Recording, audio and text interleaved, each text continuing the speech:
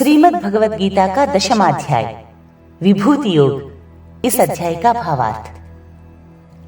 श्री भगवान बोले, हे महाबाहो, फिर भी मेरे परम रहस्य और प्रभाव युक्त वचन को सुन, जिसे मैं तुझे अतिशय प्रेम रखने वाले के लिए हित की इच्छा से कहूंगा।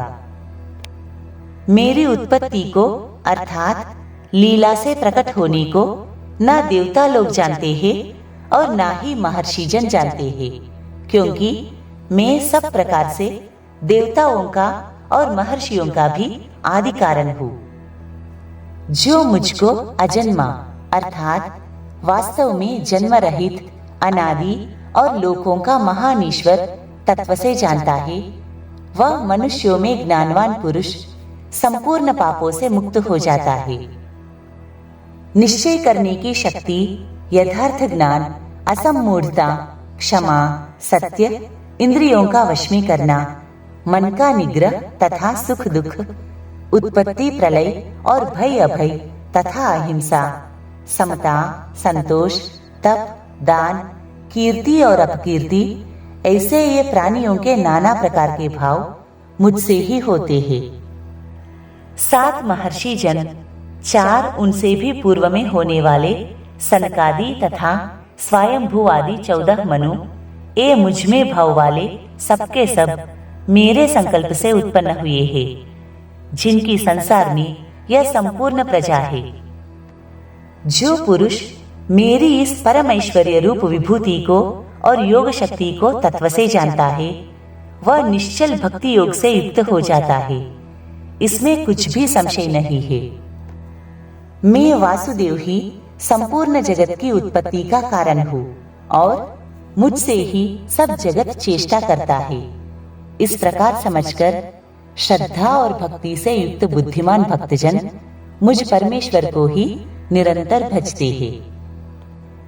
निरंतर मुझ में मन लगाने वाले और मुझ में ही प्राणों को अर्पण करने वाले भक्तजन मेरी भक्ति की चर्चा के द्वारा आपस में मेरे प्रभाव को जानते हुए तथा गुण और प्रभाव सहित मेरा कथन करते हुए ही निरंतर संतुष्ट होते हैं और मुझ वासुदेव में ही निरंतर रमन करते हैं।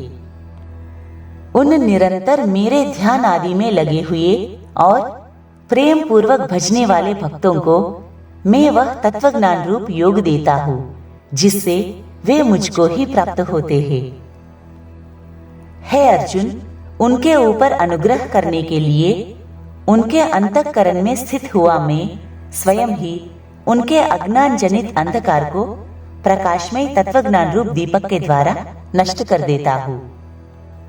अर्जुन बोले, आप परम ब्रह्म, परम धाम और परम पवित्र है, क्योंकि आपको सब ऋषिगण सनातन दिव्य पुरुष एवं देवों का भी आदि देव, अजन्मा और सर्वव्यापी कहते हैं। वैसे ही देवर्षि नारद तथा असित और देवल ऋषि तथा महर्षि व्यास भी कहते हैं और आप भी मेरे प्रति कहते हैं। हे केशव, जो कुछ भी मेरे प्रति आप कहते हैं, इस सब को मैं सत्य मानता हूँ। हे भगवान, आपके लीलामय स्वरूप को ना तो दानव जानते हैं और ना ही देवता। हे भूतों को उत्पन्न करने वाले, हे भूतों के ईश्वर, हे देवों के देव, हे जगत के स्वामी, हे पुरुषोत्तम, आप स्वयं ही अपने से अपने को जानते हैं। इसलिए आप ही उन अपनी दिव्य विभूतियों को संपूर्णता से कहने में समर्थ है, जिन विभूतियों के द्वारा आप इन सब लोकों को व्याप्त करके स्थित है। हे योगेश्वर, मैं किस प्रकार निरंतर चिंतन करता हुआ आपको जानूं, और हे भगवान, आप किन किन भावों में मेरे द्वारा चिंतन करने योग्य है। हे जनार्दन, अपनी योग शक्ति को और विभूति को फिर भी विस्तार पूर्वक कहिए, क्योंकि आपके अमृतमय वचनों को सुनते हुए मेरी तृप्ति नहीं होती, अर्थात सुनने की उत्कंठा बनी ही रहती है। श्री भगवान बोले, हे कुरुश्रेष्ठ, अब मैं जो मेरी दिव्य विभूतियां हैं उनको तेरे लिए प्रधानता से कहूंगा, क्योंकि मेरे विस्तार का अंत नहीं है।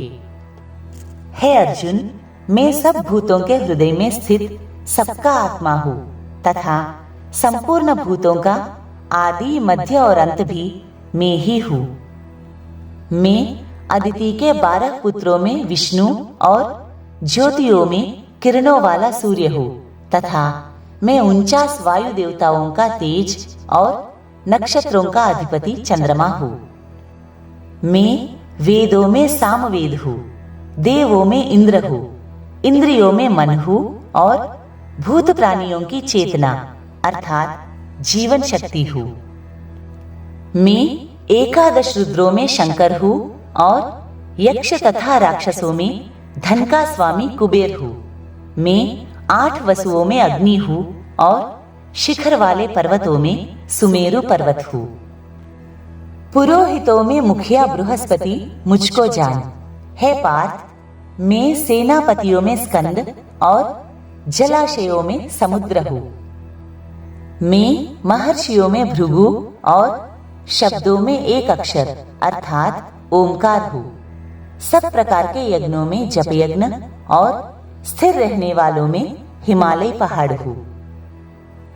मैं सब वृक्षों में पीपल का वृक्ष, देवर्षियों में नारद मुनि, गंधर्वों में चित्ररथ और सिद्धों में कपिल मुनि हूँ।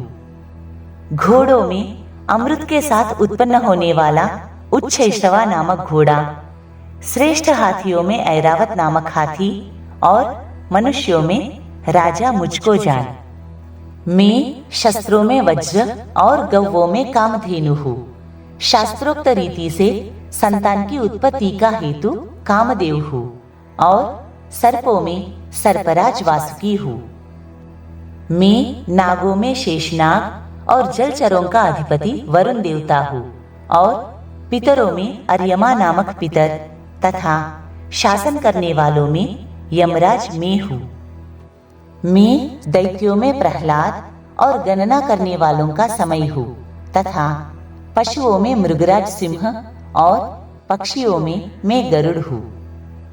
मैं पवित्र करने वालों में वायु और शस्त्रधारियों में श्री राम हूँ तथा मछलियों में मगर हूँ और नदियों में श्री भागीरथी गंगा जी हूँ।